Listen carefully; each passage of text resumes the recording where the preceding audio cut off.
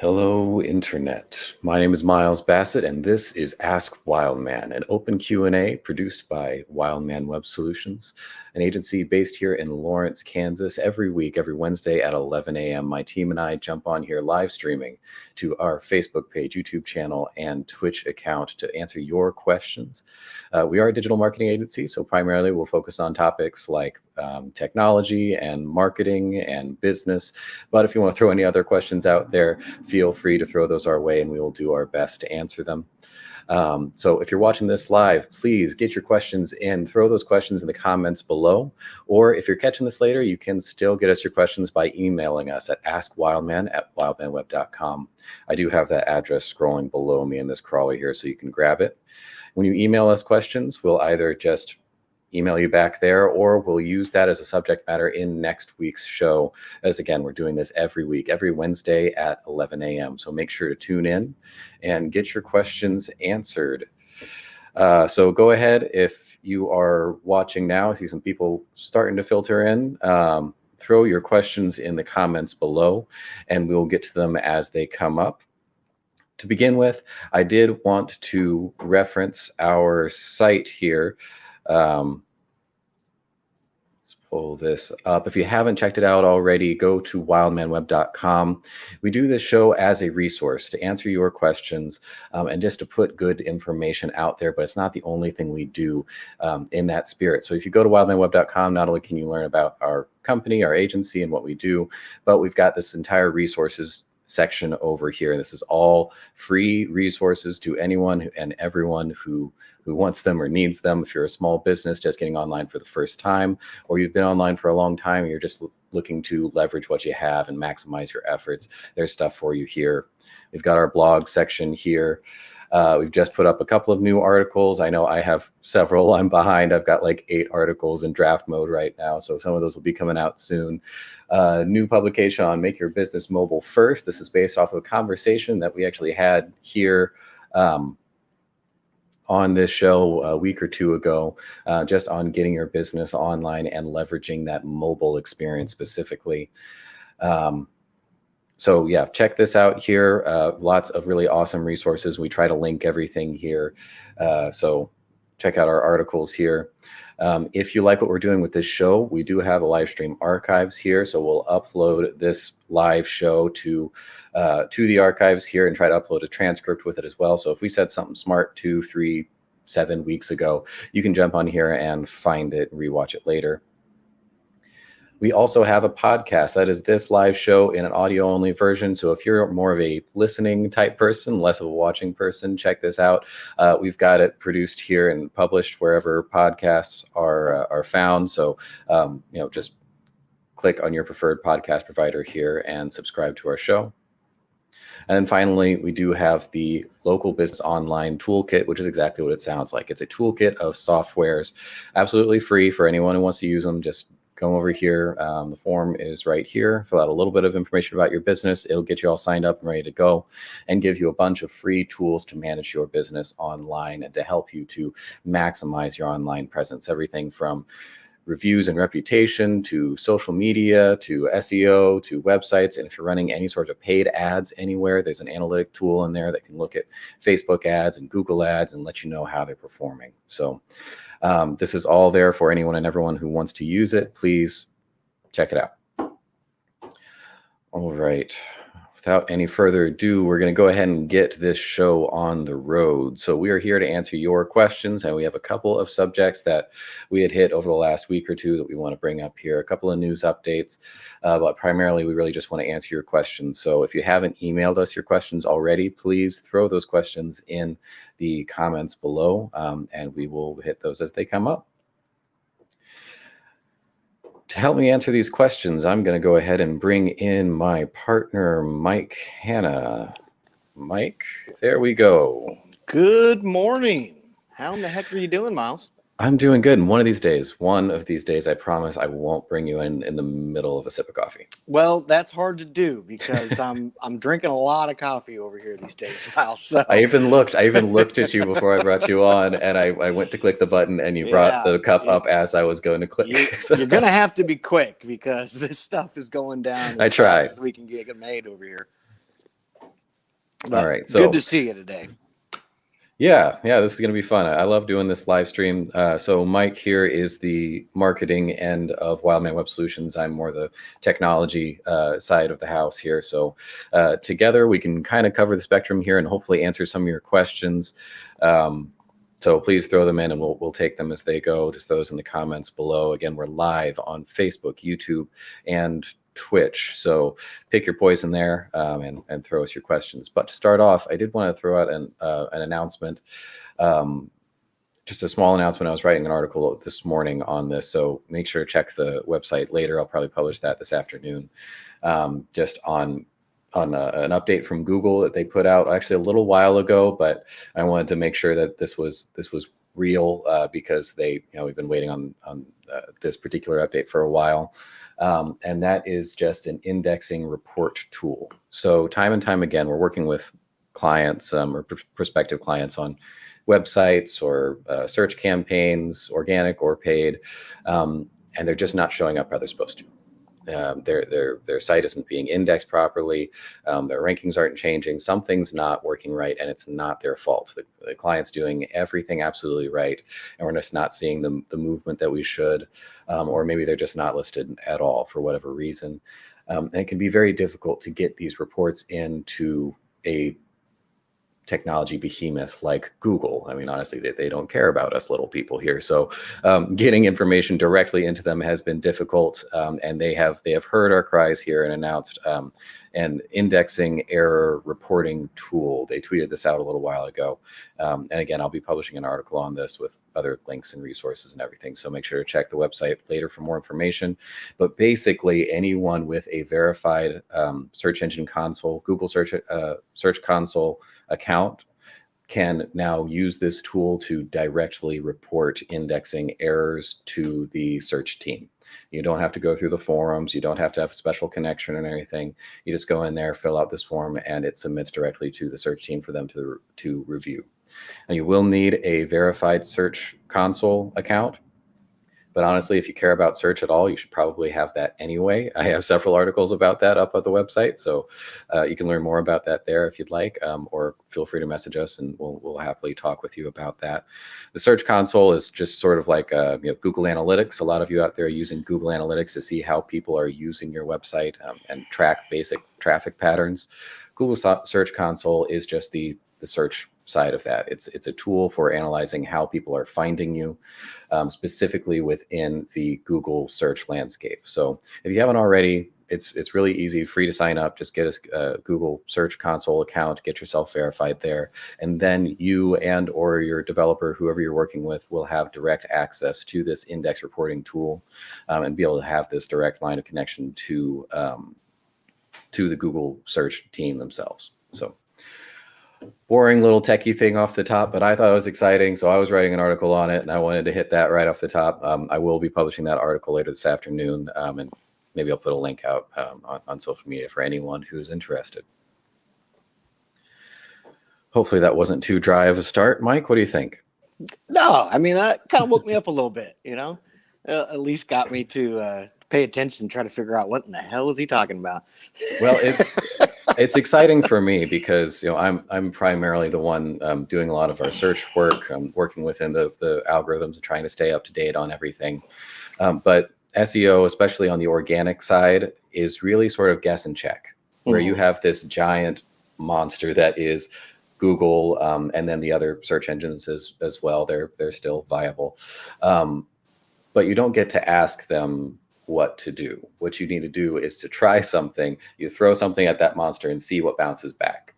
So it's really this kind of trial and error style thing. And so if you're throwing things in and you're getting nothing back, no feedback at all, you don't know if something's good or bad, and there's just no movement, then that completely just strips our power away to be able to help clients and be able to move this stuff forward. If Google just isn't even looking at something, it's not indexing something because of an error on their side of things, and it's not our fault and it's not our client's fault, that's so immensely frustrating. And luckily we're a premier Google partner, so we have some contacts within the tech side of things that usually we can get through to someone eventually, but even that is a bit of a process.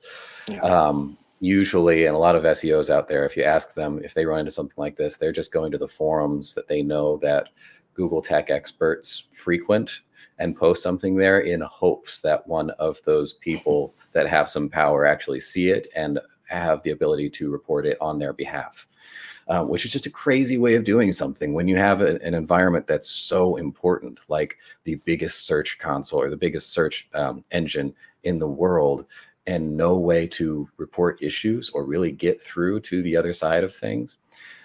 It's just crazy. So I'm hoping that this is one step in the right direction and the first step of many to opening up this sort of this dialogue between business owners, site owners, search engine optimizers, agencies like us, and the actual Google team, so that we can have more of this back and forth and let them know when something's not working. So that was exciting for me. And it was technically, they put this out at the end of April, but they make a lot of announcements and then they just never happen. So this one is real. It does exist. I've seen it. So again, the only prerequisite that they have out there is that you have to have a verified Google Search Console account. But honestly, if you care about getting found online and you're going to be doing any kind of SEO work at all, then you should have that anyway. It's easy to sign up. It's free, and it gives you a bunch of great information. So totally, yeah. Our good friends over at Google. I think that was more exciting than our meeting that we had with Google yesterday, Miles. So at least we got some stuff done. It was a bit dry, but it was needed. Oh yeah, we love them whenever we can talk to our good friends over there in San Francisco or India, or sometimes both. But Miles, let's just maybe back up for 30,000 feet here, since we are on the topic of SEO, and maybe just address when is a good time for somebody to do SEO. And I guess the smart ass comment would be, well, whenever you need somebody to find you. But let's be real that a lot of small businesses, they don't have big budgets for marketing and advertising, these kind of things, and so a lot of times they have to kind of pick and choose their battles. And to me, SEO is something that it's a great time to do it when you don't have to advertise, like when you don't need leads coming in today. And the reason I say that is because it takes a long time. Usually, it depends on many factors, but it's not like turning on a light switch, right? Not that advertising is either, but it's generally a much slower process to get you the rankings of where you want to be with the keywords that you want to be in the areas that you want to be. And so it's not something that you can just say, hey, I'm going to spend this money and the next few weeks I'm going to see results, right? And so there are a lot of companies out there right now that were poised well for the pandemic, and they actually had a windfall, and they're actually sitting on cash reserves right now, and they have enough customers. A lot of them are actually trying to hire more people because they have too many customers. And so it's not really an environment where they're wanting to run out and spend a bunch of money on advertising, right? Because yes, they want to keep growing, but like I said, I can't service all these customers in the next 90 days. So what am I supposed to do here? To me, this is a great opportunity to look at something like SEO, look at where you're ranking compared to your competitors. Where do you want to rank? And then maybe take some budget and invest in that for the next 6, 12, 18 months. And so, and when we get to this time next year or in the back half of 22, you are at the top ranked in those keywords and in those areas that you'd like to be. What do you think about just that kind of strategy as far as a small business owner with a limited budget, picking and choosing when is a good time to invest in SEO? Well, I think that probably one of the most important points there is the one that you hit there at the end, and that is, no matter what I say here, all of this is long term for two reasons. One, it's slow in the best of times, and that's not even taking into account when Google doesn't answer our questions or problems. In the best of times, it takes a long time to really get any kind of momentum built up here. It's very worthwhile, obviously, getting to that first page of Google, or even the top rank of Google on your on very valuable keywords can be all the marketing a business really needs.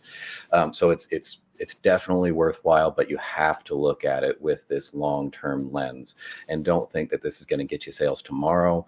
This is for the you next year, not the you next week. And secondly, we should think about it in a long-term lens because it is building equity. Unlike other forms of digital marketing, digital advertising, what you do stays with you.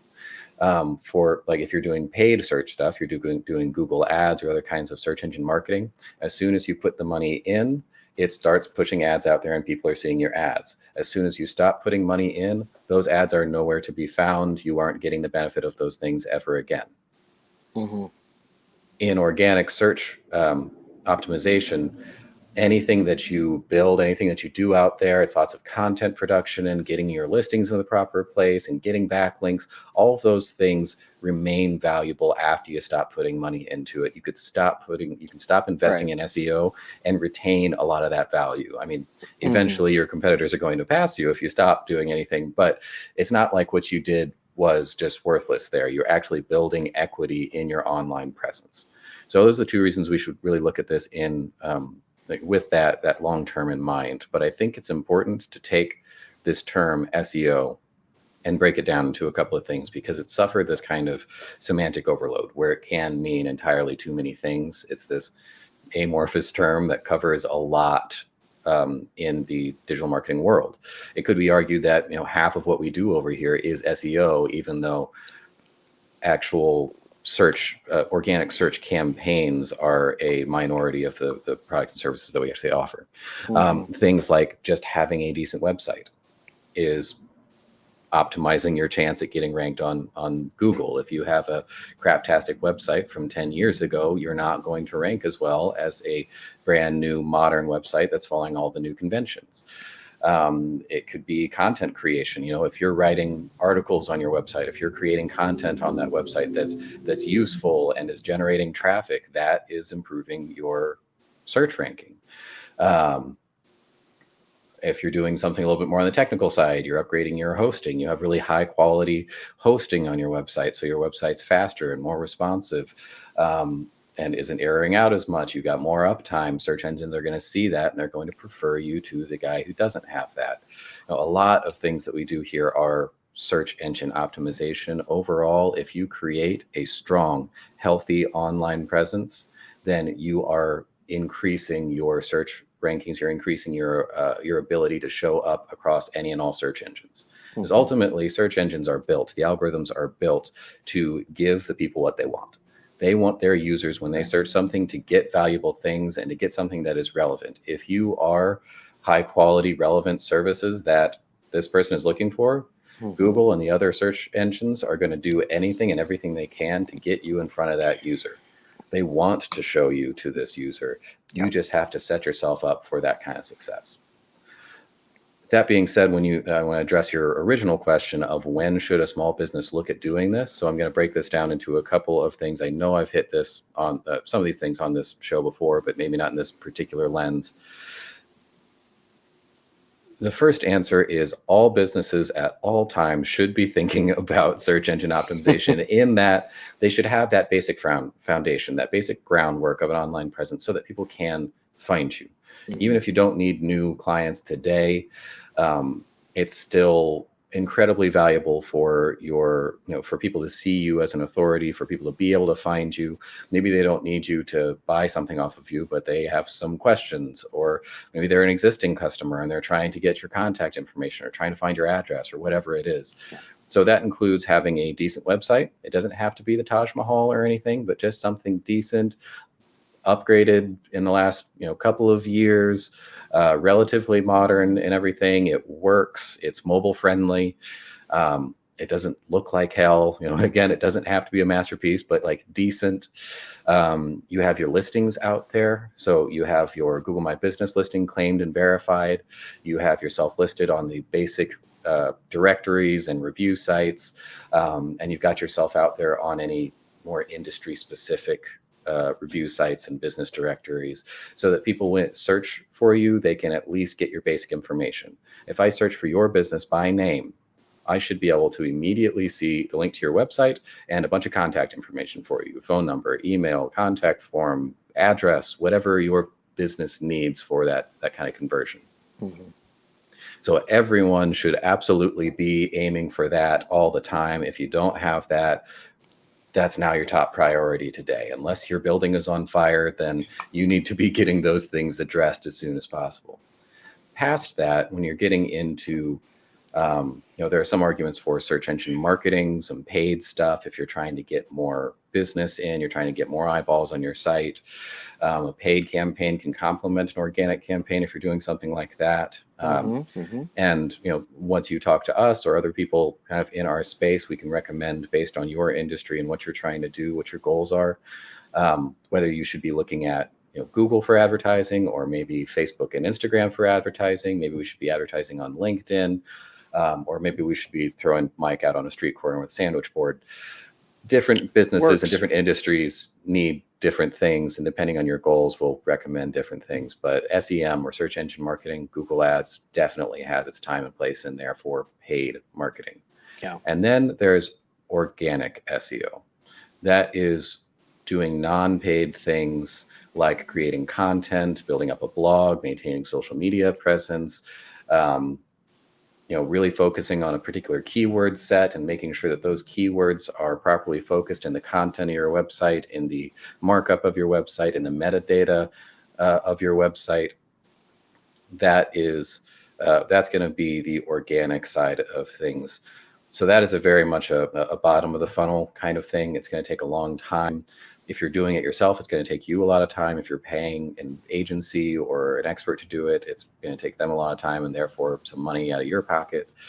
It can be incredibly valuable, again, just to have that organic result. And it is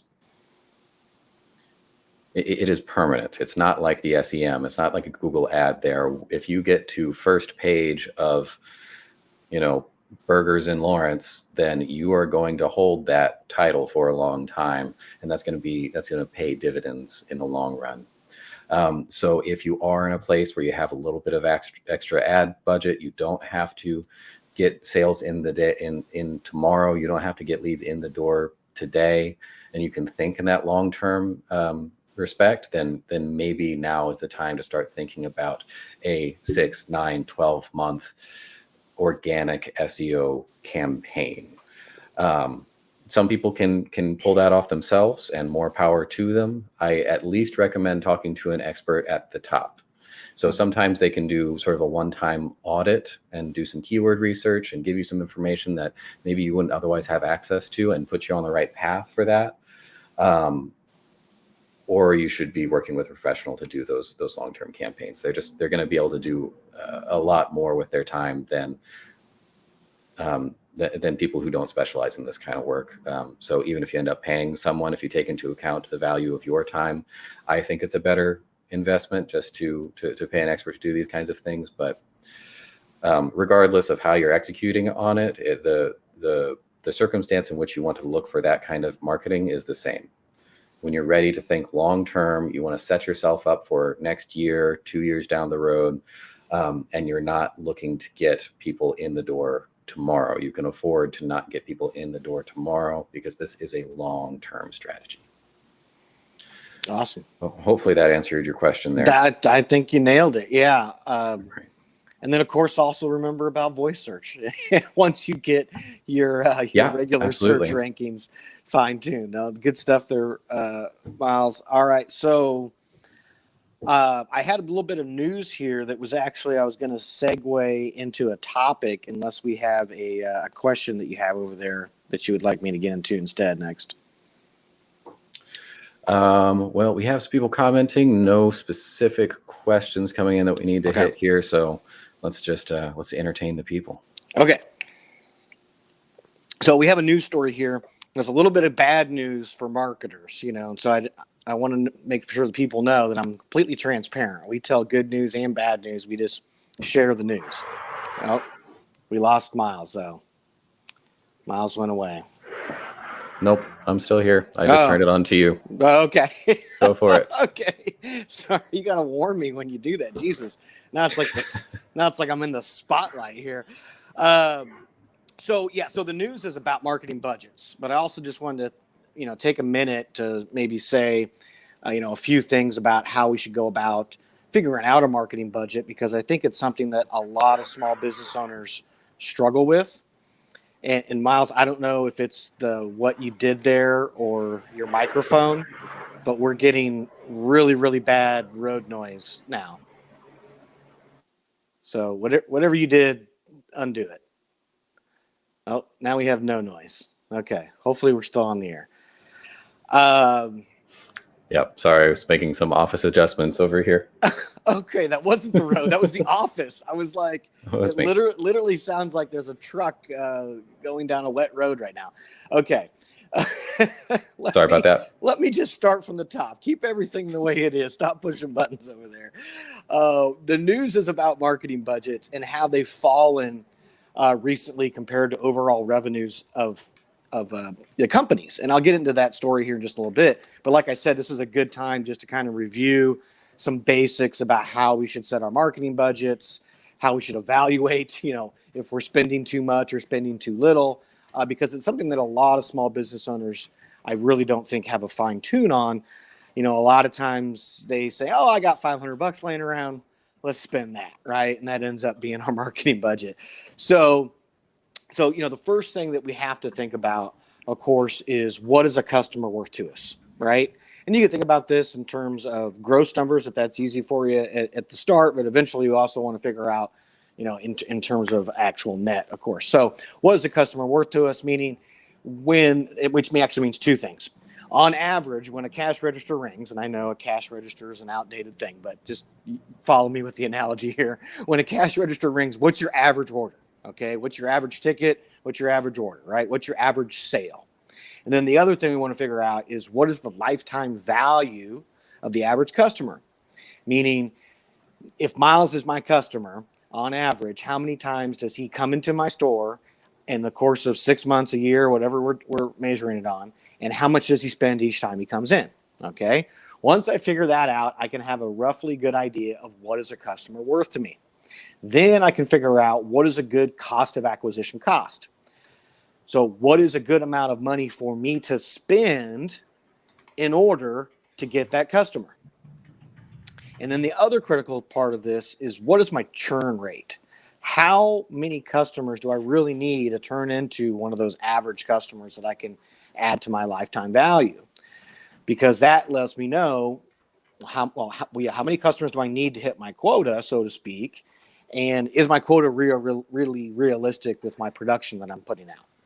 So those are the factors that all have to go into this. Now, go back to the story here about average marketing budget. So I don't know when this came about, but at some point, maybe in the 60s, 70s, 80s, in that time period, business schools across America, they started teaching people, well, you need to be spending about roughly 5 to 10% of your annual revenue on marketing, on advertising. It depends on the industry, but on average, it was about 7%, right? And so for a long time, that was kind of the golden rule. Okay, we'll spend 5 to 10%. Then as time went on, they got more advanced into metrics like lifetime value, customer acquisition cost, and all the things that I was just describing. And first of all, if you're going to spend money, real money, like more than 5 figures a year, you need to sit down. You need to do a marketing plan. We offer a 7-step marketing plan. Have an expert go through with you and figure out these things, so you have a scientific approach to this, and you're not just out there shooting your cash around. But like I said, the average was about 7% for a long time. And there's a really good story about this from Papa John's, the owner of Papa John's. I don't know if people know this story, but he started Papa John's actually as a kind of a pop-up window pizza slice place in his dad's bar, I believe somewhere in Kentucky. I think it was Kentucky, I forget. But his Papa John, the guy who started it, he was home from college. His dad owned this bar. The bar was tanking. It was about to just completely go under, and he started it in there. And not long after that, he opened up his first location, et cetera, et cetera. And he read, whatever the book was at the time that was telling you to spend 7% of his marketing. And from that day on, in every single Papa John's location, and company-wide throughout the whole corporation, they spent 7% of their annual revenue back into marketing. And as you can obviously imagine, the revenue grew exponentially over the time of the company. And so that's why you ended up seeing Papa John's being the official pizza of the NFL, and all the big advertising plays that they did over the years. They never, ever, ever cut back on that marketing budget. So that brings me back to the story here today. Marketing budgets as a percentage of overall revenue have reached the lowest level since recorded since researcher Gartner began tracking such allocations as part of his annual CMO spending survey. The latest findings, which were shared in an email with Marketing Dive, found that budgets have slipped from 11% of company revenue in 2020 to just 6.4% this year. So that's a huge, huge drop. Now, obviously, last year was the pandemic. People were trying to do everything they could not to lose market share and lose revenue. But still, that's almost getting their marketing budget cut in half. So I just, first of all, like I said, I want to be transparent, let people know this stuff is going on. But there's also a couple of interesting factors that are happening here. Primarily, I promise, Miles, I'm not going to get too long-winded into economics. What I do feel like this is an important part of the discussion here is, we do have a large rise in inflation happening right now in the American economy. The Federal Reserve tells us this is transitory, meaning it's not going to last long, but it is certainly making an impact on businesses' bottom lines across the board. And in some industries, they're absolutely getting hammered. And then on the flip side of it, it's affecting some consumers' buying habits. Like if I'm in the car industry right now, I'm selling a lot less cars because they've become so much more expensive. They're about 30% more expensive than they were last year. Well, that's a huge, huge markup on a big ticket item like a car, and we could go down through the list of commodities and goods sold, and it's basically affecting all of them. And so this is something that, happens a lot of times is when times get tough, people start to think about their marketing and their advertising in terms of costs and not investment. And so they start to cut cost, right? So I think that that's what's happening here. Is that people are realizing that there's other costs that are going up. Their inputs are certainly their cost of or inputs are soaring, and it may be affecting their bottom line in terms of what customers are willing to spend with them. And so they're cutting their budgets. I'm obviously biased on my stance here. I'll fully admit this. But, if you're advertising correctly, if you're marketing correctly, what you're doing when you cut your marketing budget is you're also cutting future revenues. And so it's really, really dicey. But here comes the but. I do think that there's a way for us to work smarter, not harder. And I do think there is a way for us to spend money wiser and, maybe hone in our marketing budgets and actually get them to work smarter for us. And so, we need to look at, I think we need to audit everything we're doing. And we need to figure out, okay, where is some fluff? Where is some trim we can fatten up? Cut the fat. And then where are some other areas that maybe we need to fatten up, and look at what our competition's doing. Because if my competition's cutting back their marketing in certain areas, maybe that's an opportunity for me. And I'll remind people that you can on Facebook, you can on Google, find out what your competition's doing. We've explained it before on the show, but if just DM me, send me a text, whatever, email, if you want me to do that for you. But we can figure that out. We can track that, and we can know, hey, so-and-so just cut their Facebook budget. So-and-so just cut their Google budget. So it's really interesting, too, the strategy that we can get into when people start cutting their budgets back. And as we went on in the article, that was part of the reason that they said, people were cutting their budgets was because of consumer goods are going up. And the numbers came out just yesterday, Miles. Again, inflation numbers are going up. The Federal Reserve has now said that they expect inflation to perhaps, keyword perhaps, come back to normal levels sometime at the end of next year or in 2023. They've also, though, said that they're not going to raise interest rates until that time. So it makes you wonder what is going to fight the inflation.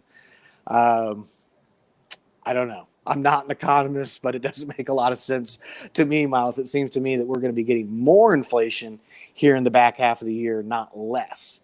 And so, again, that's just something for us to all keep in mind as we're spending our money going forward in the back half of this year. But, Miles, did you have anything to add to that? If not, I was going to get into a news story about mobile apps, but I just wanted to share a little bit about budgets and what's going on. Well, slightly hit a very important point in there, and that is, when you were talking about looking at your competitors' ad spend, we are in the information age. There's tons of data out there, information that we didn't have before. In a more traditional marketing environment, you just sort of had to guess and check, and your competition could bluff you in certain ways, and maybe you thought that they were pushing harder here when really they were focusing over here. Now we can see all of this stuff. It's out there and available. Our one of the things we do when we start working with someone on a larger marketing campaign is just a ton of market research. We figure out, what is it that you want to know. Firstly, if you're asking us questions, if you say, I want you to look at this person, this person, what are they doing? We're going to figure that out. We're also going to try to figure out what it is that you don't know that you want to know. That maybe there's this other player over here that you didn't even realize was in your space or was starting to encroach in here. Someone's starting to take up market share that you weren't aware of. There's tons and tons of data out there available to us and available to you if you look in the right place. This is the age of information, and we need to be leveraging that information as much as possible to make sure that we are putting our time, our money, our investments in the right place. And we're making sure that our business is working smarter rather than harder. 100%. So there's just a little food for thought on that. If anybody wants some help putting together a marketing budget, feel free to reach out to me. Won't charge you, just for a meeting to try to set that up. If you want us to do an in-depth actual 7-step marketing plan, yes, there is a cost associated with that because there's a lot of work involved in that. But okay. So another interesting story that I saw pop up here, Miles, that I wanted to bring to the table because, again, it ties into a lot of the things that we've been talking about, and something we were talking about just last week, actually in the last couple weeks, and that is how we can leverage things like mobile apps to engage with our customers, to not only bring in new customers in, but maybe even more importantly, to retain the customers that we already have and really grow our customer retention and grow that lifetime value of a customer and that average order of a customer. Popular apps, of course, been really, really popular. And the last year was, of course, no slowdown whatsoever, but we're finally getting some interesting numbers out about just how big of a push it was in the mobile app world. So the first one that popped out to me here was the time spent on mobile app. It jumped 14% last year on the time that the average American is spending on mobile devices is now up to 4 hours and 16 minutes a day. And that's going to be expected to increase 2.5% more just in the back half of this year. As we talked about before with apps like Clubhouse, audio apps are making a really big push. Social apps have been really big, and they're continuing to get bigger. And then video apps are also driving the growth as well. And then, Miles, I wanted to share this stat as well as far as global consumer spending. So now we're talking about the entire globe, not just the United States, but spending on the apps. Apple app platform and Google Play jumped 25% from this time last year, up almost $65 billion in the first half of 2021 in general. Yeah, so actually I said that wrong. Sorry. That was just in the last 6 months, not in the last year. So let me repeat that again since I butchered it. In the last 6 months, the Google app and app stores has seen a 25% increase in purchases, up $65 billion in the last 6 months. So they're averaging over $10 billion a month more in sales in those app stores over the past 6 months. So, of course, what does that tell us? People are really, really using the apps right now. Not only that, but they're downloading more apps. And this is something that we talked about, I believe maybe like 3 or 4 weeks ago on the show. Was where is kind of that threshold of the number of apps that people would download onto their phone? Well, it seems like, Miles, we're not anywhere close to that. And more importantly, we're not anywhere close from people slowing down spending money on those apps that they've downloaded. If anything, it's absolutely exploding off the charts. So, of course, to tie this back into something relevant here for our local small and medium-sized businesses, if you don't have an app, you're losing ground every day, and you're losing market share every day to your competitors that do.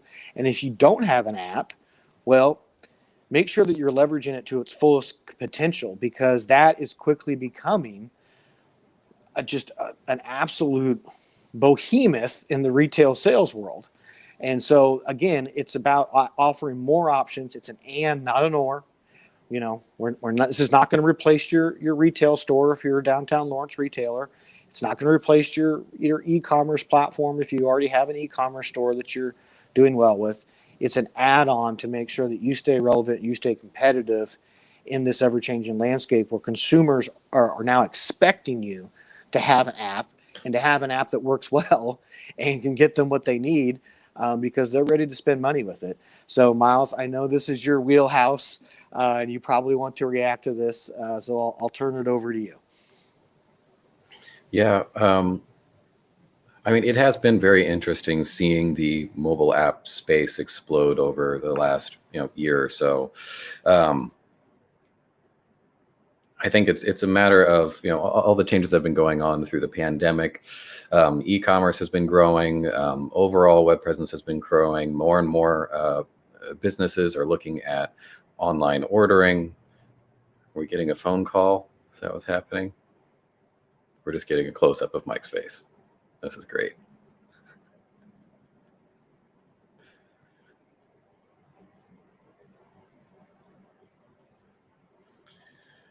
Okay, well, he's going to take that phone call real quick. Yeah, so we've been seeing a lot of movement as far as businesses existing online ordering, e-commerce, and mobile. I mentioned that article that we did at the top of the show. That's now on our website, live in the articles section, talking about specifically the increase of the mobile e-commerce market, or m-commerce market. We talked about this more in depth in last week's show if you want to go back and check that out. But I think it's a combination of two major variables. One is that where everything's been moving online. Businesses have been using more and more technology and trying to get with the times here and leverage what they have, and interact with people in a more virtual element. And the other side here is just that mobile apps are becoming more and more accessible. We here at Wildman Web Solutions, we've been working for the last several years to make mobile apps more accessible to small businesses. Before, they were so difficult to build. You had to hire a team of developers to develop from scratch apps for multiple platforms. You had to build one out for iOS. You had to build one out for Android. For a little while there, we were also building out things for Windows phones. Those have kind of fallen out of favor. Now more in terms of PWAs, or progressive web apps, or hybridized applications, or something like that is the other vertical there. But we've been working really hard to make that happen, and we're not the only ones. There's tons of players out there that are trying to make the mobile app space more and more accessible for smaller and smaller businesses. So now, instead of paying six figures for a mobile app, you can get a pretty decent one for the 5, 10, 15,000 range. It's still a bit of an investment, especially for smaller businesses here, but it's all of a sudden it's doable. It's moved from damn near impossible to doable. And so those two things together, I think, has really helped to accelerate the movement of people into that mobile space. People are recognizing that, most of that traffic is coming through phones. Most of the time spent on phones is in apps, and people are starting to realize the advantages that can be had through through mobile applications. So it's a huge market. There's lots of attention there. People are trying to be virtual, and now for the first time ever, mobile applications are accessible to more and more businesses, and that's what's driven this kind of growth. And we have him back. Perfect timing. Ah, yes. Good to be back, Miles. Good to be back. Sorry. Yeah, we got a call there. Somebody was trying to give us money. So, Oh, no. I always want to take those when possible. Yeah. So, yeah, I think we hit that? I think you maybe followed that app story up and. Yeah, just saying that mobile app market is growing because the mobile space is growing through the pandemic. M-commerce is growing through the pandemic, and then also over the last couple of years, mobile apps are becoming more and more accessible to small businesses. Those things together mean that there are more apps and more people are using them. People are getting used to the space. 100%. Yeah, maybe that's the biggest takeaway here. Other than the fact that you need to be using one and having one if you're a small business. But yeah, I think a lot of small business owners still think that's for the big folks. That's not for me. Well, unfortunately, your customers don't feel that way, and yeah, they are extremely affordable and easy to do compared to what it was 4 or 5 years ago, or hell, even 18 months ago. Okay, good stuff there. I got one more news article, and then if Jeff is if he's on the line, we do have to end the show today with a little bit of golf talk. Miles, he is, and he's already commenting about it. Okay, good. And he's already good to know. Okay, last thing here. We'll keep ignoring this you brief. and your silly golf things. Hey, Miles. Good news for you. This is the last major until April next year. I know because of COVID, they all kind of got stacked up on you. So you're probably like, man, these guys have a championship like every 6 weeks. What the hell's going on here? Okay.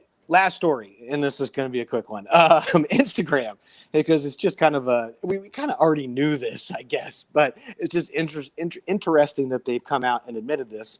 Instagram says we are no longer a photo sharing app, says the head of Instagram. And has multiple social media platforms adapted to shift in user habits.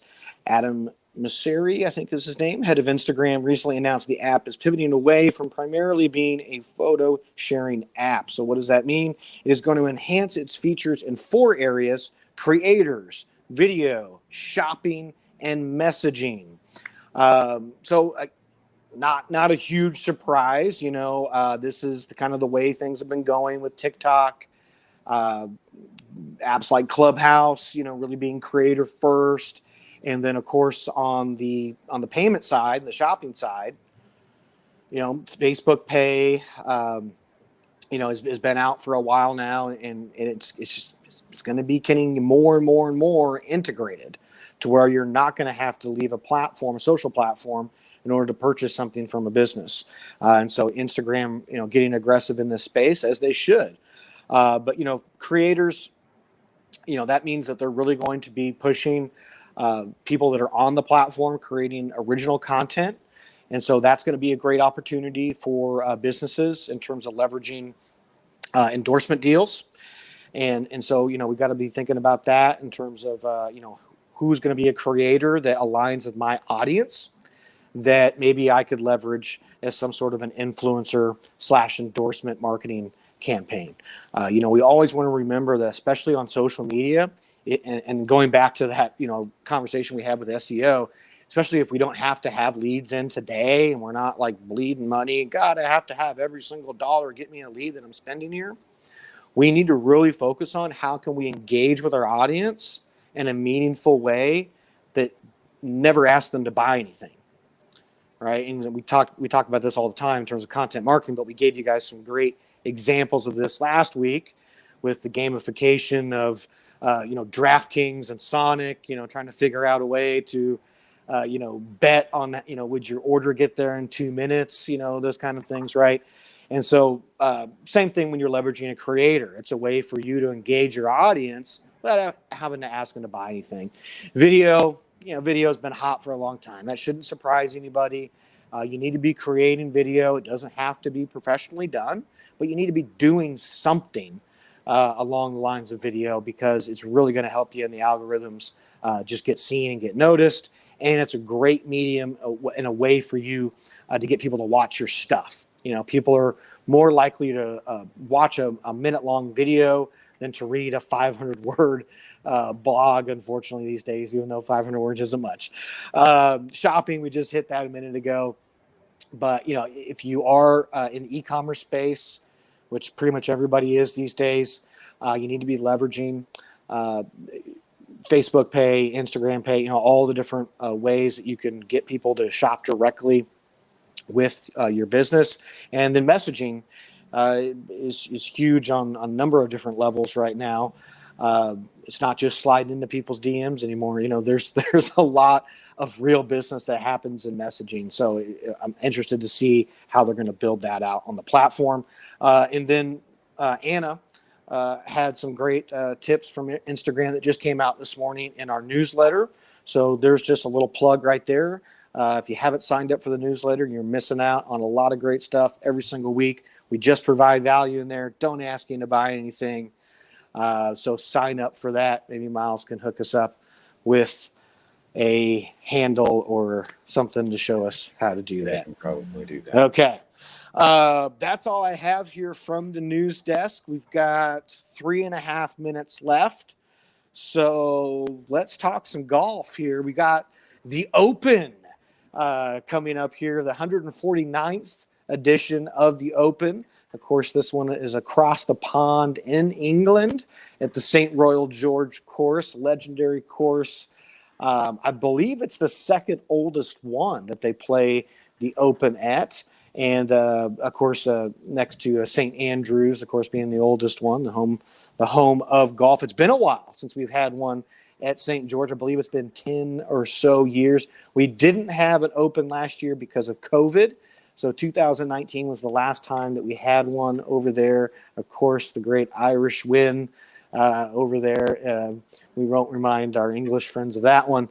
But going to be a fun one. A lot of wind, a lot of rain probably expected in the forecast as usual when you get close to the coast in England. So I will go ahead and give my picks. I can't see Jeff's picks right now. I can't see the comment section. But I've thought a little bit about this, and I'll do a humble brag right now. I was actually talking with Gary Woodland the other day on the putting green over at the golf course. He was working on his game. I was working on my game. We were both really focused. I didn't want to bother him, but he did come up to me and strike up a conversation. So I didn't want to be rude and just snub the U.S. Open champ. But Gary says he's in fine form. He's feeling healthy as he's been all year. So look out. I know he's not a favorite, but if you're looking for somebody to put some money on as a long shot, Gary is feeling good, and he knows how to play in the wind out there.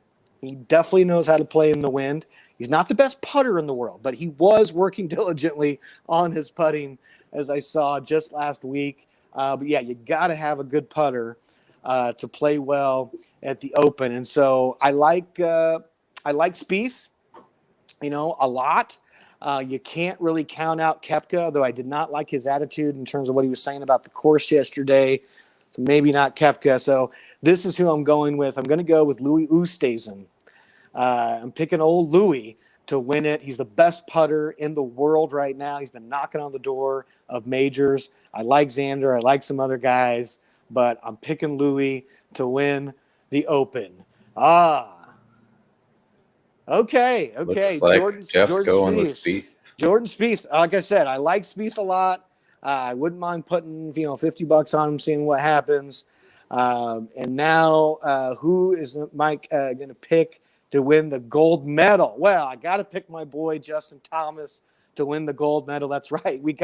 I forgot about Jeff. We have the just in about 10 days or so, we have the Olympics starting over in Tokyo, and golf for the second time ever going to be in the Olympics. How do you like that? I'm picking Justin Thomas to win the gold and Louis Oosthuizen to win the Open. That's it.